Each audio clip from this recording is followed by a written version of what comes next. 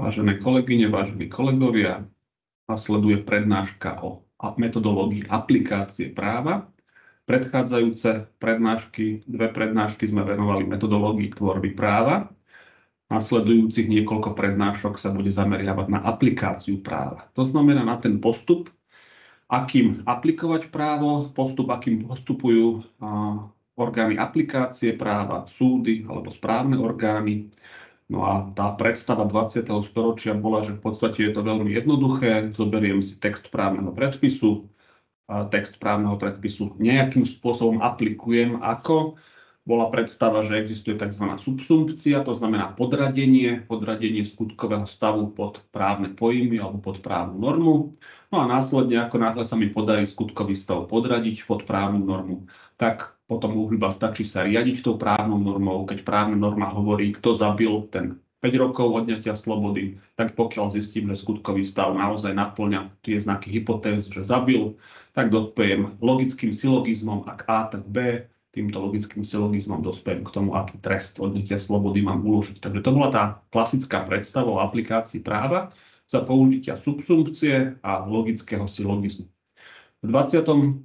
storočí, respektíve už od konca 20. storočia sa nám to trošku komplikuje tým zmieneným postpozitivizmom. To znamená práve tým, že nám vstupujú do hry princípy, hodnoty, ľudské práva. A práve princípy, hodnoty, ľudské práva sa nedajú aplikovať takto jednoducho subsumpciou a následne logickým silogizmom, pretože princípy, hodnoty, ľudské práva nemusia mať nejaké normatívne vyjadrenie, nemusí to byť text právnej normy, kde vieme určiť nejakú hypotézu a vieme si ten skutkový stav podradiť, subsumovať pod hypotézu a potom použiť logický silogizmus. Je to komplikovanejšie, existujú nejaké návody, ako postupovať pri aplikácii práva v takýchto situáciách, keď používame princípy, hodnoty, ľudské práva. No a o takýto návod sa pokúšal práve Robert Alexy a vytvoril tzv. Alexiho formulu, ktorá hovorí o tom, ako matematicky vypočítať pomeriavanie princípov, to znamená, ktorému princípu dať prednosť, pokiaľ sú v rozpore viaceré princípy pri aplikácii práva, aplikačnej praxi. Takže tieto otázky toho tradičného pohľadu na aplikáciu práva sme si v podstate vysvetľovali ešte na predmete metodológia vedeckej práce, tam sme si vysvetlili aj ten logický silogizmus. Na tomto predmete právna metodológia sa pozrieme bližšie špeciálne na problém subsumpcie, to znamená toho podraďovania skutkového stavu pod hypotézu právnej normy, pretože aj táto subsumpcia má určitý svoj postup. A potom sa zameriame bližšie na tie špecifiká a práve pomeriavanie princípov podľa Alexiho formulu. Otázky, ktoré si môžete vytiahnuť alebo ktoré vám môžeme vytiahnuť na skúške, sú nasledujúce 4 z tejto dnešnej prednášky. To znamená, najprv sa pozrieme na tú subsumpciu, ako sa postupuje pri subsumpcii, keď aplikujem právo, ako subsumovať skutkový stav pod hypotézu právnej normy. Potom sa bližšie pozrieme na to, ako celkový ten priebeh aplikácie práva funguje.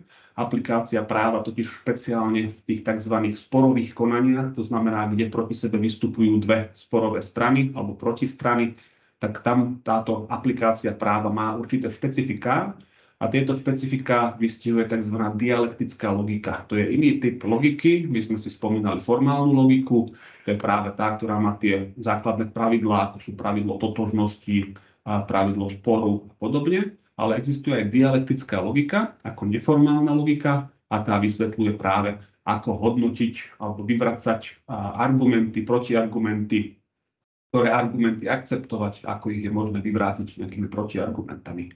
Takže dialektická logika sa zameriava práve takými situáciami, keď máme dve protikladné tvrdenia a potrebujeme z dvoch protikladných tvrdení získať nejaký záver. To je typické práve pre tú aplikáciu práva pred súdom v sporových konaniach, kde stoja proti sebe protistrany. Existuje aj taká konkurenčná teória, ktorá vysvetľuje ten priebeh súdneho konania pred sudcom alebo pred orgánom aplikácie práva, keď tam stoja proti sebe dve protistrany. A tá druhá teória, tá hovorí o tzv. Dialogickej logike. Nie dialektickej, ale dialogickej. A tá dialogická je v podstate nejaká kombinácia tej formálnej logiky a dialektickej logiky, ktorú si vysvetlíme. No a nakoniec pôjdeme na ten príklad tej aplikácie práva, kde nemáme právnu normu, pod ktorú by sme subsumovali skutkový stav pod hypotézu právnej normy, ale máme princípy, ktoré sú vo vzájomnom konflikte a potrebujeme tie princípy pomeriavať a na to nám teda dáva návod Robert Alexy a jeho formula. Začneme najprv prvou otázkou subsumpciou pri aplikácii práva. Subsumpcia, ako sme už zmienili, je vlastne tá schopnosť alebo ten postup podraďovania skutkového stavu pod právnu normu, pod hypotézu právnej normy. Máme totiž hypotézu právnej normy, ktorá predpokladá nejaký skutkový stav a pokiaľ sa nám tento skutkový stav naplní, vieme ho podradiť pod túto hypotézu, tak potom aplikujeme, respektíve používame tú dispozíciu právnej normy, to znamená, ak sa naplní tento skutkový stav, tak nejaké D, teda nejaký postup, nejaká dispozícia v právnej norme. Immanuel Kant hovoril, že táto schopnosť podradiť ten skutkový stav pod normu, konkrétne teda pod hypotézu právnej normy v našom prípade, a túto schopnosť nazýval Immanuel Kant schopnosťou súdnosti. Takže súdnosť je nejaká ľudská vlastnosť ľudského rozumu, ktorá umožňuje človeku podradiť skutkový stav pod normu. To znamená, je to schopnosť súdnosti, ak sa správam nejakým spôsobom a viem si vyhodnotiť, či to je teda v súlade so štandardami správania sa v danej spoločnosti. Preto niekedy hovoríme, že ten človek stratil súdnosť, to znamená, že nedokáže pochopiť alebo posúdiť, že ten spôsob, akým sa správa, je neakceptovateľný. Takže to je práve tá schopnosť súdnosti, schopnosti posúdiť, že teda to moje správanie, či je v súlade s normou alebo nie. Takže táto schopnosť podradiť fakty alebo skutkový stav, alebo teda realitu okolitého sveta pod nejaké pojmy alebo normy, to je schopnosť súdnosti. Immanuel Kant hovorí, že tá schopnosť súdnosti funguje aj inak, a že keď máme induktívnym spôsobom identifikujeme viacero skutkových stavov, ktoré sa opakujú, to znamená, istým spôsobom rozhodujú súdy, a z toho, či vieme vyvodiť nejaké pravidlo, to znamená, viem povedať, že áno, súdy na Slovensku, okresné súdy zastávajú takýto názor a aplikujú alebo vykladajú túto právnu normu, interpretujú takýmto spôsobom jednotne. Takže je takáto schopnosť vyvodiť pravidlo s tou induktívnou metódou z viacerých prípadov, z mnohopočetných prípadov. Táto schopnosť tiež je vraj tá schopnosť súdnosti. Ale nás teraz až tak nezaujíma tá schopnosť vyvodzovať pravidlo induktívnou metódou z viacerých prípadov, ale naopak teda ten opačný postup, to znamená schopnosť podradiť alebo subsumovať skutkový stav pod právnu normu. Immanuel Kant tvrdil tak skepticky, že táto schopnosť súdnosti sa nedá naučiť, že to má človek vrodené, respektíve má nejaké predpoklady na tú súdnosť vrodenú a potom už iba závisí na tréningu, na praktických skúsenostiach. Napríklad, keď je niekto sudcom dlhé roky, tak vie jednoducho podradiť skutkový stav pod právnu normu. Nemusí nám to pripadať až tak komplikované. Naozaj ten postup subsumpcie má určité fázy, má určité postupy, určitú metodiku, ako sa dá subsumovať, takže nie je to také úplne nemožné naučiť sa to, respektíve existujú na to nejaké postupy, ako čo spraviť po prvé, po druhé, po tretie, aby som správne subsumoval skutkový stav pod hypotézu právnej normy. No a Immanuel Kant teda tvrdil, že keďže sa to nedá naučiť, ale len trénovať, tak v podstate tým, že si to natrénujem, tak získam určitý cvik, že dlhé roky som teda právnikom alebo sudcom, tak mám už v tom nejaký určitý cvik a nepotrebujem postupovať tak, ako si o chvíľku ukážeme na ďalších slajdoch tými metodickými krokmi, čo spraviť po prvé, po druhé, po tretie, keď subsumujem pod právnu normu. Tá myšlienka, že niečo sa dá naučiť iba v praxi a nedá sa to naučiť v teórii, to je myšlienka, ktorá existovala v 17. 18. storočí v Európe, špeciálne teda najmä v Nemecku, v nemeckých štátoch a sa rozvíjala táto myšlienka, že existuje tzv. Teoretická jurisprudencia a praktická jurisprudencia, alebo konkurenčne to nazvali interpretačná na jednej strane a aplikačná jurisprudencia na druhej strane. To znamená, že niečo sa učíte na fakultách, to znamená, učíte sa text právneho predpisu, ako ho interpretovať, rôzne možnosti interpretácie toho právneho predpisu.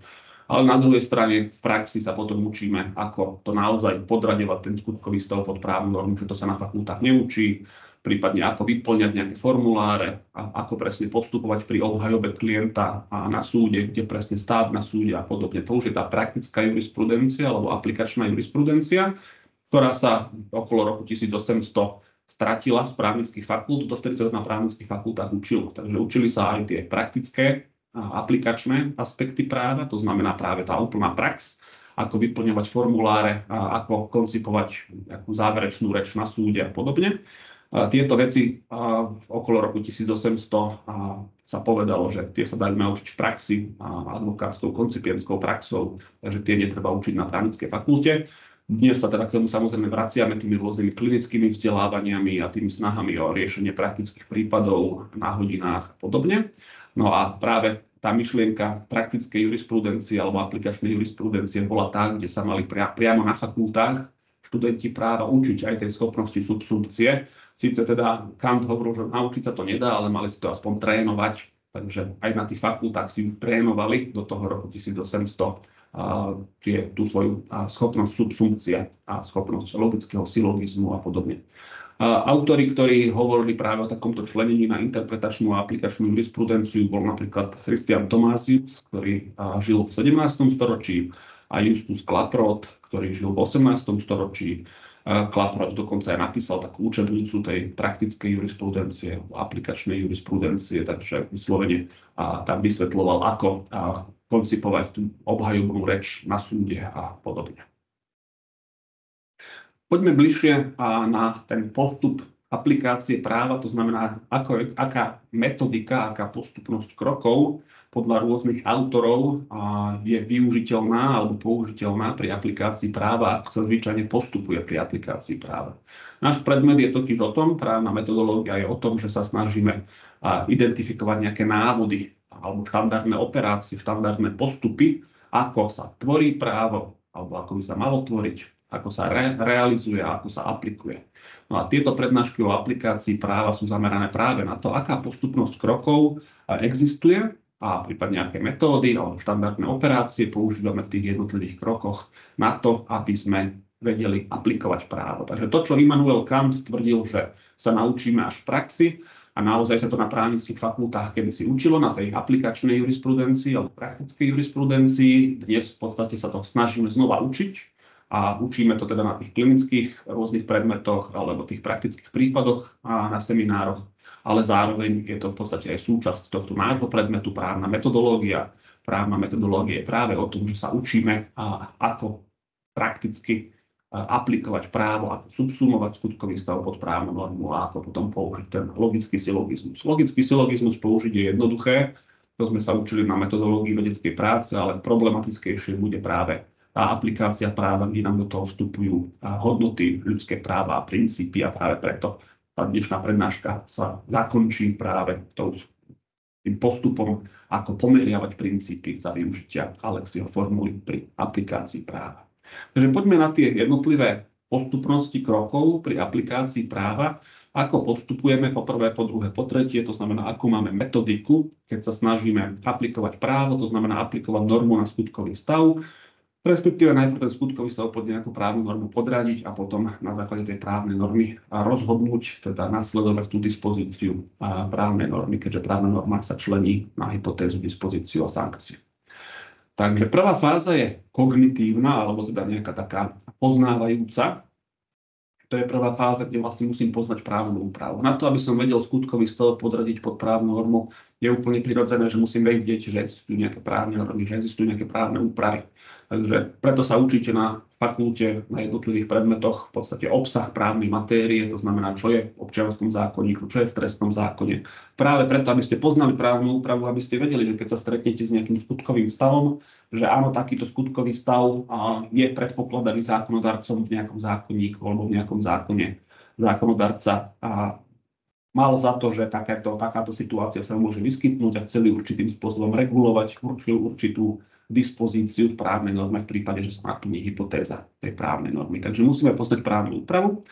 A keď poznám právnu úpravu, tak druhý krok je tzv. Dialektický. Druhý krok je ten, že pozriem sa na tú právnu normu a na ten môj skutkový stav a snažím sa zistiť, či tá právna norma a ten skutkový stav lícujú, to znamená, či naozaj všetky tie znaky hypotézy právnej normy sú naplnené v tom mojom skutkovom stave, ktorý mám, respektíve či ten môj skutkový stav neobsahuje nejaké iné prvky, ktoré sú rozporné s tým, čo čo vyžaduje hypotéza, právne normy.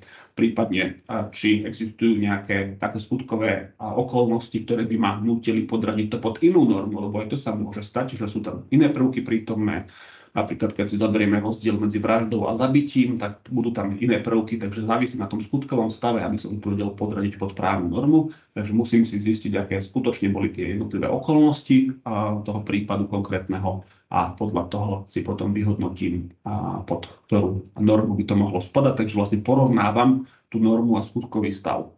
A až keď sa mi podarí nájsť takú normu, ktorej hypotéza presne lícuje s tým skutkovým stavom, to je tá fáza tej konkrétnej subsumpcie, to znamená, v tom prípade skonštatujem, že áno, všetky tie znaky hypotézy sú v tomto mojom skutkovom prípade naplnené a zároveň ten skutkový stav neobsahuje také prvky, ktoré by vylúčovali použitie tejto normy a vyžadovali by použitie nejakej inej normy, to znamená podradenie pod hypotézu nejakej inej právnej normy.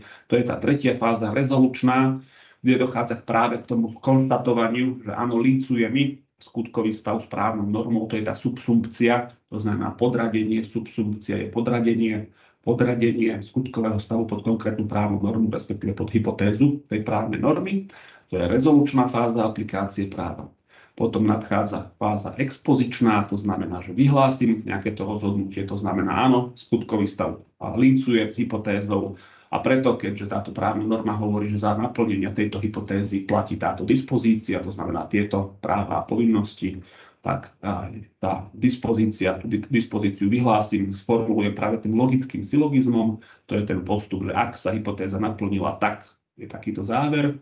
Ak A, tak B. A sa naplnilo, preto je výsledkom B. Takže v tejto fáze expozičnej vyhlásim to rozhodnutie a vyhlásim ten záver, aká je dispozícia právnej normy. To znamená, že takéto práva a povinnosti alebo takýto trest odňatia slobody ukladám. No a posledná fáza je explikačná, to znamená zdôvodnenie. Takže to súdne rozhodnutie alebo rozhodnutie orgánu bude mať teda vysvetlenie toho, že prečo som mal za to, že ten skutkový stav presne lícuje a je možné ho subsumovať, podradiť pod hypotézu právnej normy a prečo som dospel k tomu logickým silogizmom, samozrejme, ale nemusí to byť striktne logický silogizmus, lebo vieme, že máme teda aj tie prípady, keď nám vstupujú do hry princípy a hodnoty a ľudské práva, takže tam by to nebolo iba tým logickým silogizmom, tam by sme v tej fáze museli používať aj napríklad tú Alexiho formulu a práve to by bolo potrebné o to viac vysvetliť v tom zdôvodnení rozhodnutia. Keď používam teda princípy hodnoty ľudské práva, tak to zdôvodnenie je možno náročnejšie, ako keď poviem proste jednoducho, že hypotéza vyžadovala takýto skutkový stav, ten skutkový stav zodpovedal hypotéze, no a právna norma na takúto hypotézu nadviazala takouto dispozíciou, to znamená takýmito právami a povinnostiami a preto som rozhodol tak, ako som rozhodol. Takže v tom prípade je to zdôvodnenie pomerne jednoduché, práve za využitia toho logického silogizmu, ale práve v tých prípadoch princípov hodnot je to komplikovanejšie. Takže to sú tie fázy alebo také tie postupy, tá postupnosť krokov, tá metodika aplikácie práva podľa niektorých názorov. Iné názory hovoria, že je to v podstate iba taký dvojfázový proces, ale o chvíľku uvidíme, že tá druhá fáza, ten druhý krok v skutočnosti v sebe zahrnie viac krokov, takže nie je to také úplne jednoduché, ako to na prvý pohľad vyzerá, že máme v prvom kroku nejakú dekonštrukciu skutku. To znamená, hneď to vysvetlím, dekonštrukcia skutku znamená, že máme nejaký skutkový stav, ale ja ho očistím, dekonštruujem, rozoberiem a odstránim z neho tie právne irelevantné skutočnosti, lebo teda napríklad pri tej vražde alebo zabití je úplne jedno, čo mala obeť na sebe oblečené, teda zvyčajne je to jedno, a akej farby mala topánky alebo nohavice, tak asi to nehrá rolu. Takže právne irelevantné skutočnosti odstránim a sústredím sa na tie právne relevantné skutočnosti. Ale aby som vedel, ktoré sú právne relevantné skutočnosti, tak samozrejme na ten účel musím poznať tú právnu úpravu, musím vedieť, aké právne normy máme v našom právnom poriadku, aby som vedel, ktoré sú tie právne relevantné skutočnosti. Takže takéto očistenie skutkového stavu od právne irelevantných skutočností, to je ten prvý krok dekonštrukcie skutku. A druhý krok v tomto zjednodušenom chápaní metodiky aplikácie práva, druhý krok je práve tá konštrukcia právneho riešenia, to znamená vybudovanie toho právneho riešenia. Ale ako si všimnete, vidíte v tej zátvorke, že je to v skutočnosti zložené z viacerých krokov, v podstate tých krokov, ktoré sme videli vyššie na tomto slajde. To znamená, že aj tak ten skutkový stav treba porovnať s právnou normou. zistiť, či ten skutkový stav je totožný s hypotézou alebo lincuje s tou hypotézou právnej normy, či tam nie sú nejaké protiklady, protirečenia, niečo, čo treba brať do úvahy. A až keď zistím, že mi úplne lícuje ten skutkový stav s hypotézou právnej normy, tak vtedy skonštatujem subsumpciu, to znamená to podradenie pod tú konkrétnu právnu normu a následne logickým silogizmom sa dopracujem k dispozícii právnej normy, to znamená k tomu záveru a k tým právom a povinnostiam, ktoré mám konštatovať ako orgán aplikácie práva. Takže áno, tento druhý pohľad hovorí, že máme v podstate iba dva kroky, dekonštrukciu skutku a konštrukciu právneho riešenia, ale v skutočnosti tá konštrukcia právneho riešenia naozaj obsahuje všetky tie predchádzajúce fázy. Možno práve ten prvý krok tej dekonštrukcie skutku, to je také niečo, čo vieme oceniť na tomto druhom členení dvojfázovom. Takže áno, naozaj zrejme v tom prvom kroku by mala nasledovať aj nejaké to očistenie od právnych irelevantných skutočností. No a napokon nejaký taký tretí pohľad na tú aplikáciu, na tie postupy pri aplikácii sú také, že teda máme nejaké 4 kroky, ale v každom tom kroku v podstate postupujem určitými štandardnými postupmi a to je na tomto členení také zaujímavé, že okrem tej postupnosti krokov, čo robiť po prvé, po druhé, po tretie, mám to aj vysvetlené istým spôsobom, že ako to robiť, ako vlastne zvyčajne postupujem, alebo ako by som mal postupovať, ako postupujú ostatní pri tých jednotlivých krokoch aplikácie práva. To znamená napríklad pri tom prvom metodickom kroku, keď hľadám právnu normu, to znamená, že musím vedieť, aké právne normy platia v právnom poriadku. Samozrejme, nemusí právnik zvyčajne ani neovláda všetky právne normy v právnom poriadku. Takže je to taký idealistický pohľad, že áno, právnik pozná celú právnu úpravu, zaiste vie, že áno, existuje nejaký zákon, musí sa do neho pozrieť, musí si to otvoriť, nikto vám z hlavy nepovie, aké je správne riešenie, alebo aký je presný text toho zákona.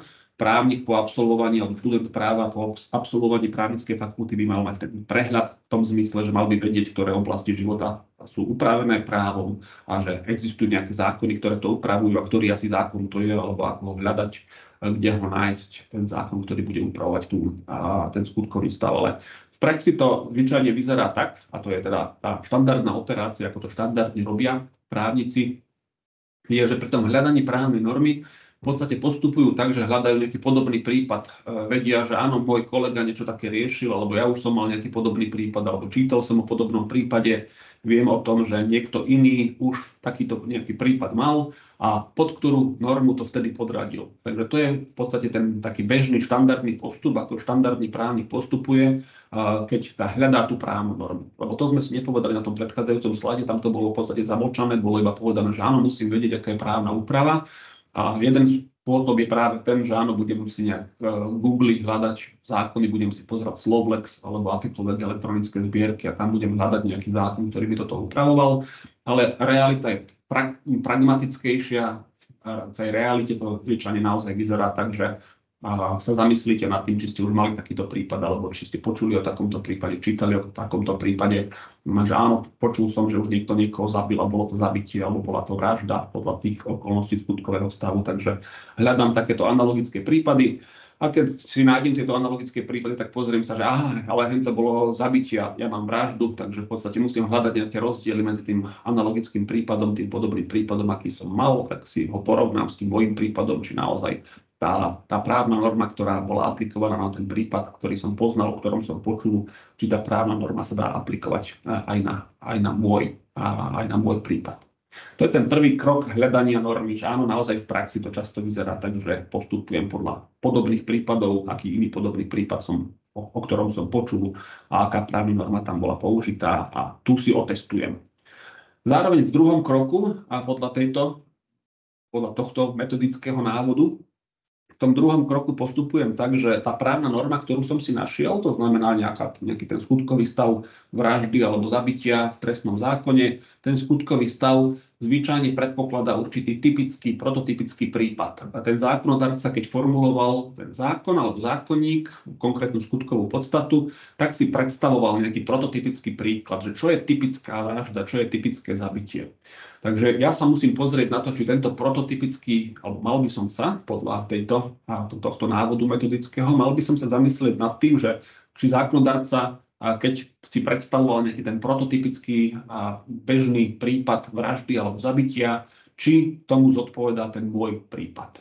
Takže pozriem sa, to je ten opačný postup, že nejdem od toho konkrétneho môjho prípadu, ale naopak pozerám sa na tú právnu normu, na tú hypotézu a dispozíciu a prípadne sankciu a pozerám sa práve na to, čo mal zákonodarca na mysli, lebo to je práve ten prípad, keď vykladáme text právneho predpisu takým spôsobom, že vlastne snažíme sa dopracovať k tomu, čo bol ten typický príklad, ktorý zákonodarca mal na mysli a či ten môj skutkový stav zodpovedá tomuto prototypickému vzorovému prípadu. No a keď zistím, to je tretí krok, zistím, že sú tam určité rozdiely medzi tým prototypickým prípadom a ten môj nezodpovedá, nespadá presne po ten prototypický. Začínam si myslieť, že keby zákonodarca vedel, že ešte aj toto sa môže stať, čo je v mojom prípade, tak asi by nejakú inú právnu normu zvolil, že toto naozaj nesedí, že zákonodarca by bol nespravodlivý alebo viedlo by to k nejakým nevhodným záverom, keby som aplikoval túto právnu normu, lebo tá právna norma počítala s takýmto prototypickým vzorovým prípadom a ten môj prípad je predsa len trošku odlišný, lebo je tam nejaký iný skutkový stav, nezodpovedá to celkom tomu prototypickému prípadu. Tak v tom prípade, v tom treťom kroku, naozaj na základe takýchto rozdielov, ktoré som identifikoval, si musím aj sám uvedomiť, že áno, že asi táto právna norma nebude najvhodnejšia, že musím nájsť inú právnu normu. Takže zistím, že toto asi nebude zabitie, toto bude vražda, takže musím hľadať nejakú inú normu a práve pokiaľ je to pomerne jednoduché v tom trestnom práve, lebo tam naozaj pri tom zabití máte vraždu, takže pozrite sa na tú inú právnu normu, na tú skutkovú podstatu trestného činu vraždy a tam si vlastne porovnáte to s tým vzorovým prípadom a zistíte, či tam existujú nejaké rozdiely alebo nejaké podobnosti. A keď skonštatujete, že áno, že je to v podstate v tej inej právnej norme, to znamená v tej skutkovej podstate trestného činu vraždy, že tu sa zmestíte, že tá hypotéza vraždy presne lincuje s tým vašim skutkovým stavom. Tak vtedy spravíte ten štvrtý krok, subsumujete to, podradíte to pod tú normu, pod tú hypotézu právnej normy. Takže keď zistíte, že naozaj ten skutkový stav toho vášho konkrétneho prípadu zodpovedá, lincuje presne tej skutkovej podstate trestného činu vraždy, tak dôjde k tomu štvrtému kroku subsumpcie a následne logickému silogizmu, to znamená, áno, ak je to vražda, tak takýto trest odňatia slobody. Komplikovanejšie je to v tom treťom kroku a štvrtom kroku, keď nemáme nejakú právnu normu, pod ktorou by sme, ktorej podobnosti, ktorou by sme hľadali tie podobnosti v hypotéze a skutkovom stave. Takže to sú tie prípady práve pomeriavania princípov alebo hodnôt a ľudských práv. Takže tamto riešenie naozaj buď hľadáme potom v tej Alexiho formule, alebo v právnej dogmatike, to znamená, pozriem sa do nejakých komentárov, do nejakých monografií, do nejakých vedeckých diel, odborných článkov, a ako v takomto prípade nenachádzam tú vhodnú právnu normu, ako v takomto prípade rozhodnúť ten konkrétny prípad. Takže v tom prípade nepoužijem jednoduchú nejakú subsumpciu a logický silogizmus, ale tam musím už vážiť princípy alebo musím hľadať nejaké riešenie, s ktorým prišla právna veda, ktoré je samozrejme nejakým spôsobom vedecky odôvodnené dogmatikou nejakou, to znamená nejakými tými dogmatickými poučkami, ktoré v práve máme, sa viem dopracovať tiež možno k nejakému riešeniu toho konkrétneho prípadu. Ale to už je ten komplikovanejší postup aplikácie práva, ktorý naozaj počíta nielen so subsumpciou a logickým silogizmom, ale aj s tým, že budem musieť zohľadňovať aj tie hodnoty, ľudské práva, princípy. Alexiho formulu budem musieť používať alebo budem musieť hľadať riešenie v právnej vede. Takže celá tá myšlienka aplikácie práva naozaj nie je nejaká jednoduchá metóda alebo teda jednoduchý postup, nejaký spočívajúci v jednom bode, ale je to naozaj postup, tá metodika, postupnosť krokov, ktorá si vyžaduje viacero štandardných operácií. V každom tom kroku sú nejaké štandardné operácie, štandardné postupy, ako mám postupovať alebo ako sa zvyčajne v praxi postupuje. Dobre, poďme na druhú otázku. Druhá otázka nám sumarizuje, aký je význam dialektickej logiky v aplikácii práva. My sme si pri tvorbe práva zdôrazňovali najmä formálnu logiku. Formálnu logiku, ktorá hovorí práve o tom, že A rovná sa A nerovná sa B. A tá formálna logika je dôležitá práve pre systematickosť práva. To znamená, aby si právny poriadok vnútorne neodporoval, tak tam musí mať dodržané určité formálno-logické zásady.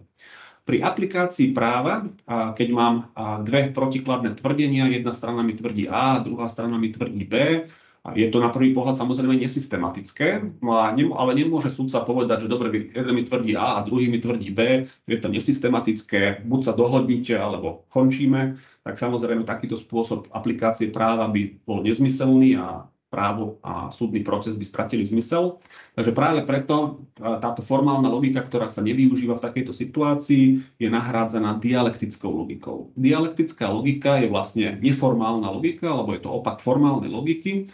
A tá dialektická logika práve rieši takéto situácie rozporov alebo protikladných tvrdení. Dialektika bola istým spôsobom zneužívaná alebo využívaná marxistickou leninskou náukou pred rokom 1989. Oni tvrdili, že celé ľudstvo a celá ľudská spoločnosť sa vyvíja práve prekonávaním nejakých protikladov, že je protiklad alebo rozpor medzi záujmami kapitalistov, podnikateľov a robotníkov a tento rozpor je možné prekonať v komunizme alebo predtým, že bol rozpor medzi záujmami poddaných a feudálov a to bolo možné prekonať a prejsť do kapitalizmu a podobne. Takže tá dialektika sama o sebe naozaj znamená nejaké prekonávanie rozporov. A preto aj tá dialektická logika je presne o tom, že je to logika, ktorá pracuje s rozpornými tvrdeniami, protikladnými tvrdeniami. No a táto dialektická logika v podstate vychádza z toho, že áno, máme často v tej realizácii a aplikácii práva, najmä v realizácii a aplikácii práva, máme rôzne rozpory, to znamená protikladné tvrdenia a napriek tomu my musíme istým spôsobom sa rozhodnúť, či už v tom našom realizačnom živote každodennom, alebo keď sme orgánom aplikácie práva, musíme ten prípad nejakým spôsobom rozhodnúť a musím vyhodnotiť, ktoré argumenty a ktorá interpretácia, či jednej strany alebo druhej strany, má prednosť, ktorá je vlastne rozumnejšia alebo lepšie vyargumentovaná. No a práve tá dialektická logika pracuje s tým, že ona posudzuje práve tú argumentáciu jednej strany a druhej strany.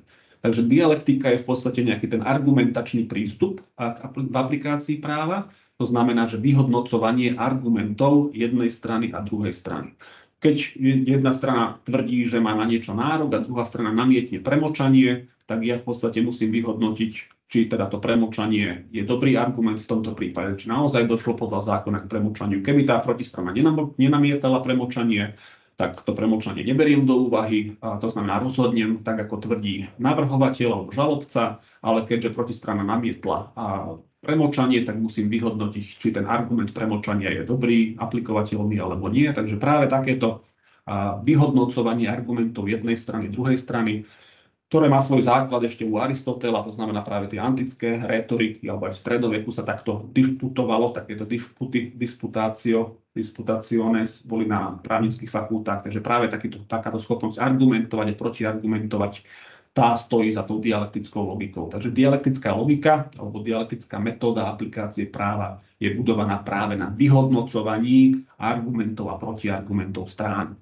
No a to je práve, tá dialektická logika je protikladná proti formálnej logike práve preto, že zvyčajne v tej praxi aplikácie práva naozaj máme tie protikladné tvrdenia a máme argumenty, ktoré možno vyvrátiť nejakými protiargumentami, alebo máme informácie, ktoré sú neúplné, nevideli sme ten skutkový stav ako sudca na vlastné oči, máme tvrdenia, ktoré sú protikladné, kontradiktorné. No a v klasickej formálnej logike, keď máte nejaké kontradiktorné, protikladné tvrdenia, že niekto tvrdí A a niekto tvrdí B, tak formálna logika hovorí, že ak jeden tvrdí A a druhý tvrdí B, tak môže byť správne aj A, aj B. Lenže sudca samozrejme potrebuje povedať, že či má pravdu A alebo či má pravdu B. Takže musí vyhodnotiť argumenty, protiargumenty, a musí používať teda nejaké iné postupy na to, aby vyhodnotil, ktoré tvrdenie je správne, či má teda dať za pravdu žalobcovi alebo žalovanému. No a celý tento postup takéto tej argumentácie a vyhodnocovania argumentácie sa skladá z viacerých vrstiev, že je tam nejaká taká vrstva tá formálno-logická, že áno, keď niečo tvrdím, tak nemal by som tvrdiť niečo nezmyselné, malo by to predsa len, keď tvrdím, že tráva je zelená, tak musí to byť logické, formálno-logické, takže mám nejaké tvrdenia, ktoré si nemôžu byť sami so sebou v rozpore, nemôžu byť proste formálno-logicky nesprávne, nelogické, To by mi asi nikto neakceptoval, takže keď si tvorím nejaký argument, tak ten argument by mal byť logický. A zároveň ten argument, ktorý formulujem, musím počítať s tým, že je možné proti nemu vyťahnuť nejaký protiargument, alebo práve, že ten môj argument je vlastne protiargumentom proti tvrdeniu niekoho iného. Takže je tam aj takáto vrstva dialektická, že vždy pri formulovaní tých argumentov, tie argumenty by mali byť nielen logické, ale mali by už dopredu počítať s tým, ako je možné ich vyvrátiť, ako je možné protiargumentovať, alebo naopak, že ten môj argument je vlastne už protiargumentom proti niekomu inému. Takže takáto vrstva dialektická, to znamená tá protiargumentačná, je tam prítomná. A zároveň musím si spraviť taký procesný postup, to znamená, čo budem tvrdiť ako prvé, čo budem tvrdiť ako druhé. Musím čakať na to, že či protistrana vytiahne to premlčanie, či bude namietať to premlčanie alebo nie, a ako potom zareagujem, keď bude namietať premlčanie. Takže musím si vytvoriť takéto možné poradie nejakých tvrdení, nejaký taký plán, ako budem vystupovať pred súdom a čo budem tvrdiť, v akom poradí. No a nakoniec, v závislosti od toho, čo tá protistrana naozaj vytiahne, či naozaj bude namietať premlčanie, tak potom už to skutočné poradie tvrdení, to už je tá vrstva strategická, to znamená, ako na tom súde mi to nakoniec naozaj vypáli, že čo nakoniec naozaj vytiahnem a čo nevytiahnem, čo si nechám iba v spise v svojom advokátskom a nevytiahnem to na svetlo sveta, nepoviem to súdu, nepoviem to protistrane. Takže to skutočné poradie tvrdení je tá štvrtá vrstva argumentácie. Takže toto sú všetko vlastne prvky, s ktorými formálna logika nepočíta. Formálna logika nepočíta s tým, že je možné postupovať aj tak, že máme dve protikladné tvrdenia a dopracujeme sa k nejakému záveru.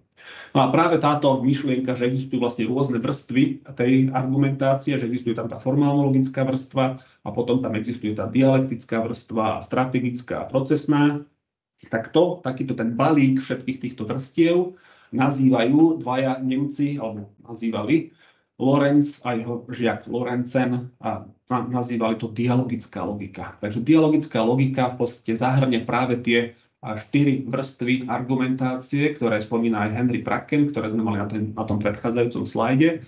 Tak práve tieto 4 vrstvy argumentácie, ktoré zahrňujú aj formálnu logiku, to, že tie argumenty by mali byť formálno-logické správne, tak tá formálna logika v spojení s tou dialektickou logikou a s tou stratégiou a s tým procesným postupom, tak to nazvali Lorenz a Lorencen ako dialogická logika, ako nejaký nový typ logiky, ktorá zahrňa aj tú formálnu, aj tú dialektickú logiku. No a práve tá dialogická logika je dôležitá v tých sporových konaniach, teda v tých konaniach, kde máme proti sebe nejaké protistrany, kde jedna tvrdí jedno tvrdenie, druhá to vyvracia. Takže v takomto prípade naozaj tá dialogická logika má svoj zmysel, ako si určiť to poradie argumentov, tú stratégiu, ten postup. Na druhej strane máme konania, ktoré sú mimosporové, alebo kde sa používa inkvizičný princíp, vyšetrovací princíp, to znamená, že nie sú tam nejaké protistrany, ktoré by niečo tvrdili a kontradiktorne by si niečo vyvracali, že je to v podstate všetko na sudcovi, napríklad keď má niekoho vyhlásiť za mŕtvého, tak v podstate nie je tam nejaká protistrana, kde by prebiehalo nejaké sporové konanie. Vyhlásenie za mŕtvého je také, že sudca zistí, či tie okolnosti naplňajú hypotézu právnej normy. Takže v podstate postupuje viac menej formálno-logicky, zistí, či tam ten logický silogizmus sa dá aplikovať, či to vie subsumovať, či mu lícuje A rovná sa A, to znamená skutkový stav je totožný s hypotézou právnej normy. Keď A rovná sa A, tak použije logický silogizmus, ak A, tak B, dopracuje sa k D, takže práve takéto mimosporové konanie, kde nie sú protistrany, ktoré by si vyvracali tvrdenia, tak to má bližšie práve k tej formálnej logike. Ale to sporové konanie má bližšie k tej dialogickej logike, lebo tam naozaj závisí na tej stratégii, na tom vyvracaní argumentov. No a práve ten prípad váženia princípov alebo pomeriavania záujmov, zohľadňovania ľudských práv, to samozrejme má bližšie nie k formálnej logike, ale skôr k tej dialektickej alebo dialogickej, podľa toho teda, či akceptujem ten názov, ten pojem dialogická logika, a na to, že vlastne mám viaceré vrstvy argumentácie, že okrem formálnej logiky tam používame tú dialektiku a tú stratégiu a tak ďalej. No a práve táto dialogická alebo dialektická logika tiež zohráva rolu nielen teda v tých sporových konaniach vo všeobecnosti, ale osobitne aj v tých konaniach, kde nemám nejakú právnu normu, ktorú by som logickým silogizmom vedel aplikovať na ten skutkový stav a vedel by som rozhodnúť. To znamená, že to sú tie prípady, kde nejde o jednoduchú formálno-logickú subsumpciu skutkového stavu pod hypotézu právnej normy a potom následne o použitie logického silogizmu. Sú to prípady, kde teda naopak musím použiť nejaký iný postup aplikácie práva, než je subsumpcia a logický silogizmus, a ten iný postup aplikácie práva mi vyvstáva práve v situáciách, kde musím pomeriavať hodnoty alebo princípy alebo brať do úvahy ľudské práva. No a na to váženie alebo pomeriavanie princípov, ktorému princípu dám prednosť, keď niekto za zatvorenými dverami volá o pomoc, či teda vstúpim do jeho bytu a naruším mu teda ochranu súkromia, alebo teda či je dôležitejšie zachrániť jeho život napriek tomu, že naruším tú jeho ochranu a tú domovú slobodu, že mu vstúpim do toho jeho domu, keď volá o pomoc. Takže ktorému princípu, ktorej hodnote, ktorému ľudskému právu, vidíte, že nedá sa tu presne odlišiť, či to je princíp, alebo ľudské právo, alebo hodnota. Takže aj tá Alexiho formula sa takto dá využívať vlastne aj na pomeriavanie nielen princípov, za ktorým účelom to vymyslel Robert Alexi, ale zrejme aj na pomeriavanie tých hodnôt a záujmov. Takže ktorej z tých hodnôt dám prednosť, že budeme rešpektovať tú domovú slobodu alebo skôr právo na život, to znamená, že pôjdem zachrániť toho človeka. Robert Alexi tvrdí, že sa dá matematicky vypočítať, ktorému z tých princípov alebo hodnôt mám dať prednosť. A on tvrdí, že v podstate spravím to tak, že si zoberiem rovnicu, kde v čitateľi bude vlastne vynásobená intenzita zásahu, to znamená, ako veľmi zasiahnem do domovej slobody, keď otvorím niekomu dvere. To vynásobím tým, že aká dôležitá je tá hodnota alebo ten princíp ochrany domovej slobody. A to vynásobím číslicou, on hovorí, že použijem jednotku, dvojku a štvorku, takže na to IVR mám použiť buď jednotku, alebo dvojku, alebo štvorku, podľa toho, aká veľká je podľa mňa intenzita zásahu do toho ľudského práva, aká veľká je dôležitosť toho ľudského práva alebo toho princípu a aká je miera spoľahlivosti toho, že som si naozaj istý, že je to iba malý zásah, alebo som si naozaj istý, že teda je to veľký zásah. Takže podľa toho jednotku, dvojku alebo štvorku dosadím za tie písmenka IVR, intenzita, váha a miera spoľahlivosti, teda reliability. A to zase potom v menovateli si dám zase takto isto vynásobené. Do akej miery by bol zásahom do práva na život, keby som tam nemožil a toho človeka by tam zabili. Takže aký veľký významný následok by to malo.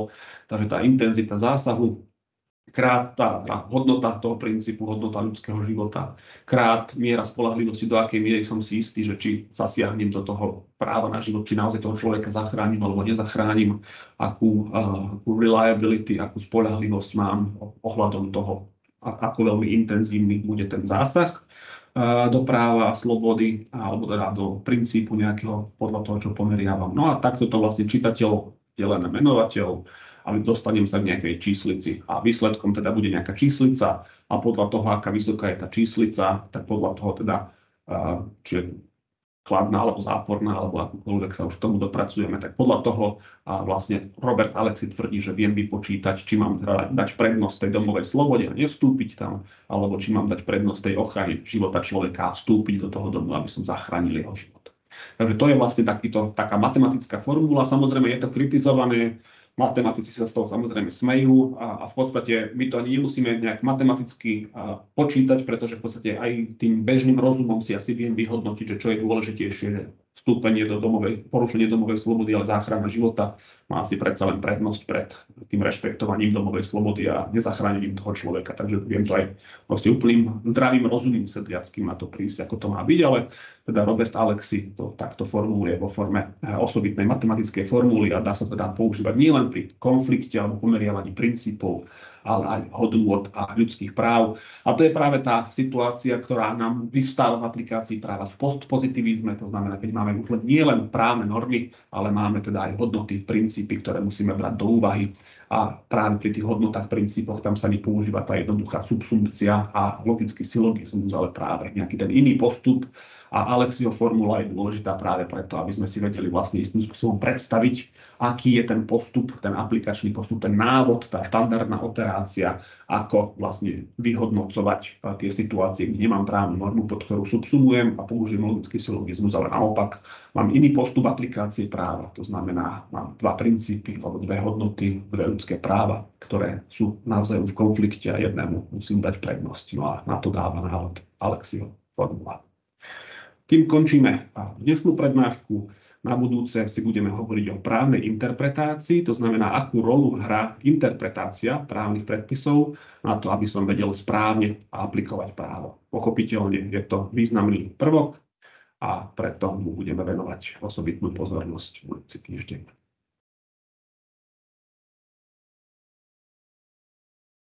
Ďakujem.